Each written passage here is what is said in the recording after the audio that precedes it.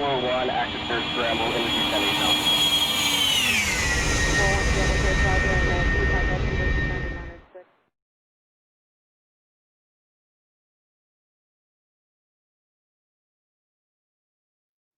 Hello and welcome to today's flight. Today is November 15th, 2020, and I'm going to do a little experiment here on the missed approach procedure for the ILS runway 17 at Olympia Regional. That's what I have up on the screen right now using SkyVector. Missed approach procedure calls for climbing to 1,400, then to 5,500 on the Olympia VOR 176 radial to the Cetra intersection, which is defined by 15 DME from OLM, as well as, and I'm going to go ahead and move this over, it's also defined by the 086 radial off the Hoquiam VOR. So that's what I'm going to be doing. So let's jump inside the airplane and show you what I have going on. Right now I'm going to have VOR number 1 tuned to 113.4, which is Olympia VOR on the 176 radial outbound. And then I've got VOR number 2, which you're not going to see in the airplane. I've got that on top of my control wheel using the SciTech instrument. So that's what I've got. And I've got it tuned again to 117.7, and it's set to the 086 radio. So I'm going to fly this holding pattern solely based on the radio navigation equipment, and then I'm going to bring up ForeFlight, and let's see how closely it matches what we're seeing there on our ground track. Okay, so again, what we're going to be doing here, this is the direction of flight.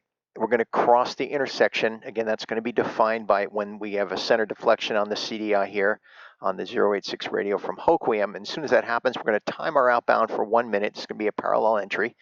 And after 1 minute, we're going to make a left standard rate turn and come around and intercept the inbound course on a 45-degree. And now we're going to be on heading 356 on the reciprocal of the radial. And as soon as we reach the fix, we're going to make a standard rate turn to the right. We'll do one lap around the racetrack and bring up ForeFlight and see, again, how closely it matches. All right, let's jump inside the airplane. Okay, so we're 2 miles from the Cetra intersection right now on heading about 190, and that's the heading we have to maintain based on winds. We're getting a push from the right. So right here I'm holding on the VOR number 1, which is again tuned to the Olympia VOR on the 176 radial. We're keeping that CDI centered. And I'm not going to be using the GPS for the DME for the purpose of this hold. I'm solely going to be using the VOR number 2, which you can't see. That's a SciTech instrument mounted on top of the control wheel. I've got that tuned to the Hoquiam VOR on the 086 radial. As soon as I get a center deflection on that, that's when I'm going to begin the clock. And we're going to be using this stopwatch right here on the transponder. After 1 minute, we're going to do a standard rate turn to the left and intercept the Olympia VOR on the 356 radial inbound. Since we're going to be doing right turns, we're going to be going on the protected side of the hold when we make our turn to intercept that radial. And it looks like we're 0.5. That's again based on our GPS. Not going by that. I'm looking for center deflection. It's close to center deflection now. It may not exactly match. I'm just going to head and come a little bit left as we see our CDI over here on the Olympia VOR start to deflect a little bit to the left. Again, we're ignoring the GPS. A little bit left here. I don't have center deflection yet on VOR number 2. Again, you can't see that center deflection right there. So I'm going to start the stopwatch. All right, looking for 1 minute. So again, this is our direction of flight, our heading, and so we're going to draw an imaginary line to our imaginary fix right here in the middle. And since it's right turns, we're going to come to the right and up 20 degrees, draw a line right through there, and we can see that our radial, a desired radial, which is right over here, is going to be in the parallel entry sector. Okay, so we're at 30 seconds to go. We're going to start our left turn.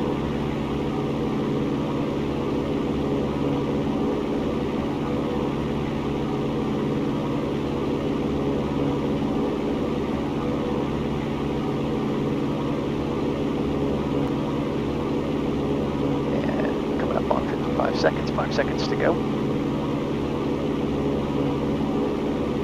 And there's a good standard rate turn to the left.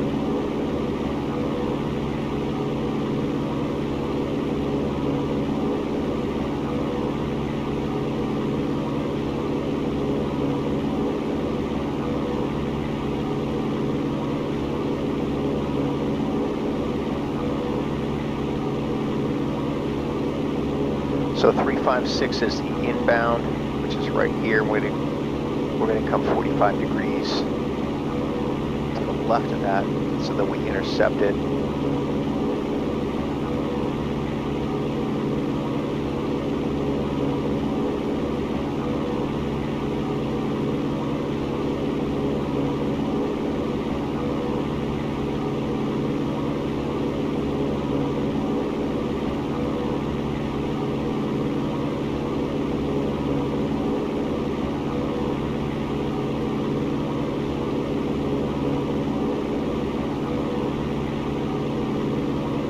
Okay, so now I'm going to change this to 356.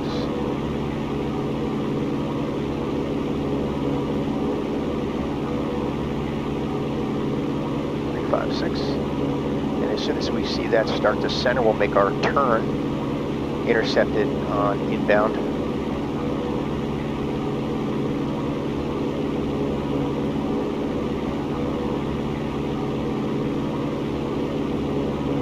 Start to come in.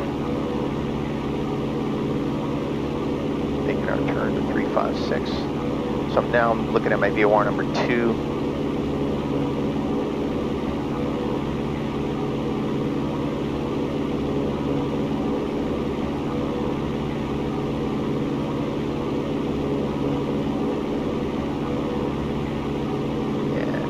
Number 2 is centered, so we'll make a standard rate turn to the right. To the reciprocal heading of 176.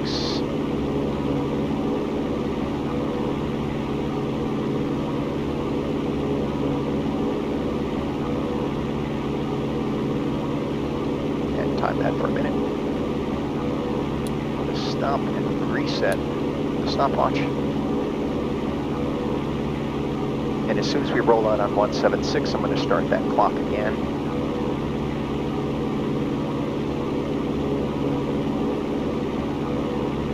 I've always been curious to see how the radio navigation instruments are going to measure up with the GPS. Old school.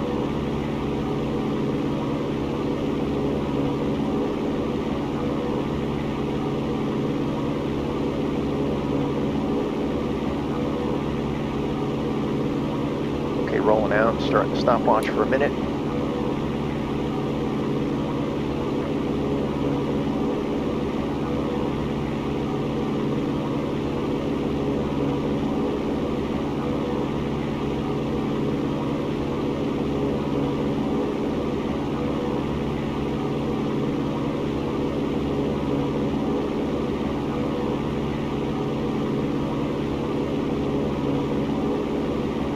Coming up on 30 seconds, right over here.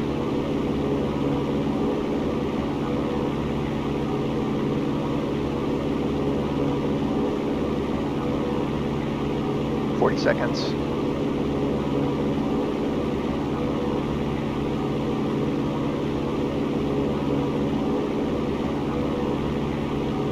Ten to go.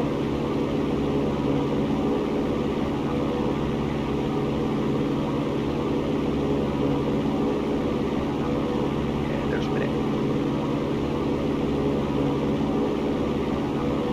Right turn to reciprocal heading 356.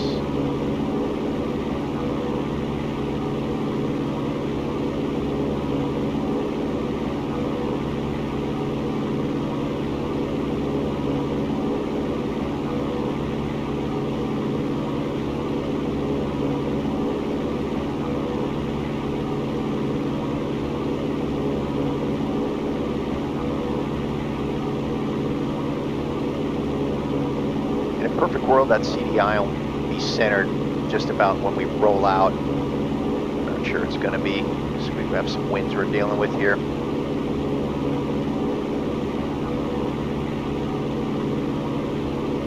I'm going to roll out a little bit early here, try to capture that.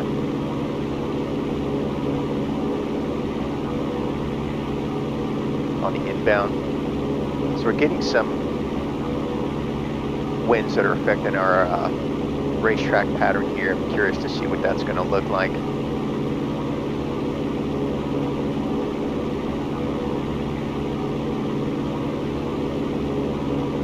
we go back and analyze. I'm going to make one more circuit around the racetrack. There our CDI is centered on VOR number 2. Again, you can't see that. So I'm going to turn 176.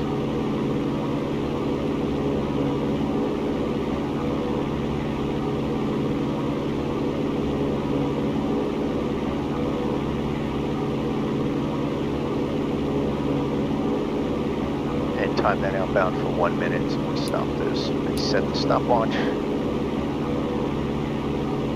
I have a feeling this is going to look ugly when all is said and done.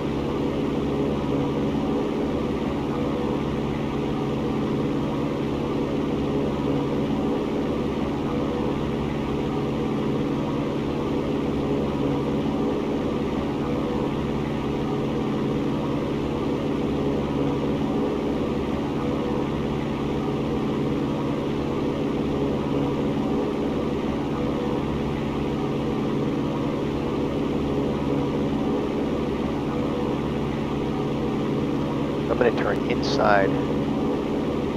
Based on the winds, I'm just going to turn inside a little bit to the inside.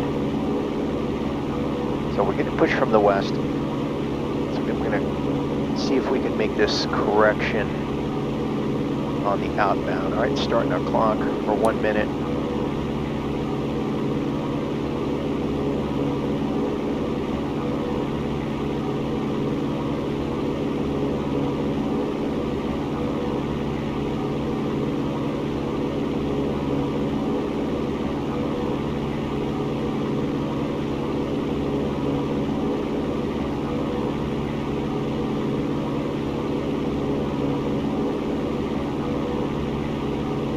There's 30 seconds.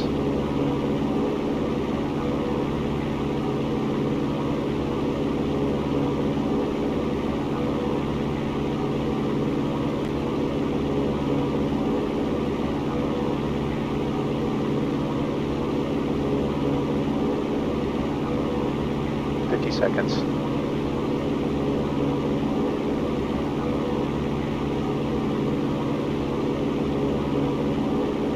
And there's a minute. Right turn. 356.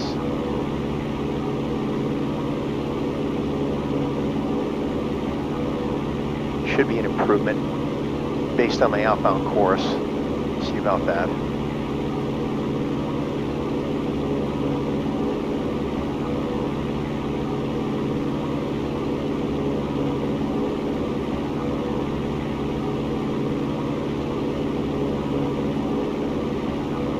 CDI is not quite coming in, so again, I'm going to roll out a little bit early.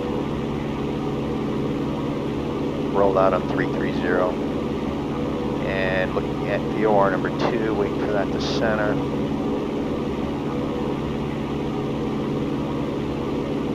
It's coming in, coming in, coming in. Oh, that's a little bit better. Not perfect. If I did one more around, make a wind correction, it might improve. Okay, I'm going to stop it right there and let's take a look at ForeFlight. Okay, so here's our ForeFlight. Let's see how we did. Ugh, it doesn't look so great. Anyway, so here's what our outbound course is right here. This right here, and as soon as we cross the fix, we're timing for 1 minute, and then we made a standard rate turn to the left. Here was the issue, though. I made a standard rate turn to the left with the intention of intercepting the 176 radial inbound, which would be the reciprocal heading of 356. But the problem was winds were pushing us from the west, and so we never even re-intercepted is the bottom line. So then I was looking for, you can see it right here. You can see the Hoquiam 086 radial right here, which defines this intersection. So then I started my right turn, standard rate, outbound course, still getting pushed. And so again, when I came back around to the inbound, I was outside of the fix here. And then the last or the second and final course around the racetrack, here's where I made a correction. So I turned into the wind with the hope again on the outbound, or in the inbound rather, when we rolled back out, of intercepting the radial, the 176 radial, but even that didn't happen. And then here's where we paused, and then based that on when I got a center deflection on VOR number 2 when the CDI centered, which again defines that intersection. So anyway, not perfect. It's probably certainly protected airspace at 5,500 and meets the requirement, but that could be improved. So that's using radio navigation, land-based radio navigation equipment to execute a hold as opposed to a GPS. So going back to the approach plate, this shows the missed approach fix right here, and these are right turn, which is a non-standard hold. We were probably somewhere right out here, and again, I think it was well within the FAA requirement to stay in this protected area at 5,500 feet. But we can do better, and hopefully we will next time. Thanks for joining me today, and I hope to see you again next flight.